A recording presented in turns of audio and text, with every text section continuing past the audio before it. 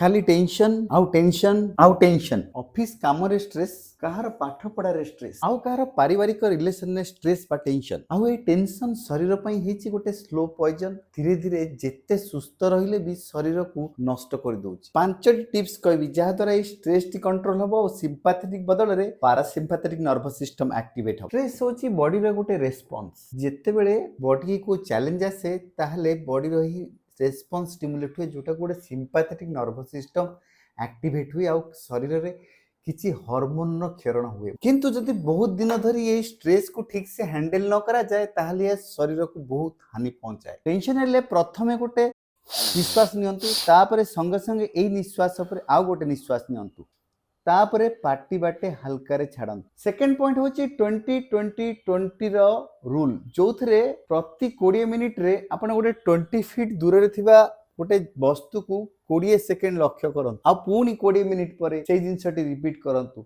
जा द्वारा आखी रिलैक्स हबो एवं माइंड की काम करिवो। स्ट्रेस हेले आइस वाटर बा ठंडा पानी रो छिटा मुह रे मारंतु जहा कि हमर ब्रेन को ये काम करिवो। फोर्थ हैक हैला हाथ को एमती जोर से 5 सेकंड पई टाइट करी रखंतु तापरे धीरे धीरे रिलीज करंतु। आ पंचम हैक हैला हेडफोन लगांतु जो म्यूजिक बाजुची गुणु गुणु करी गांतु बा भमर भरी गांतु जहा द्वारा ए साइनस रु नाइट्रिक ऑक्साइड बाहरिबो एवं एहा हमर पैरासिम्पैथेटिक नर्वस सिस्टम को एक्टिवेट करिवो और काम करिवो। एही पांचटी हैक रु आपन को को हैक ता भल लागिला और आपन अनुसरण करले उपकार पाइले मते कमेंट रे निश्चय जणाନ୍ତୁ।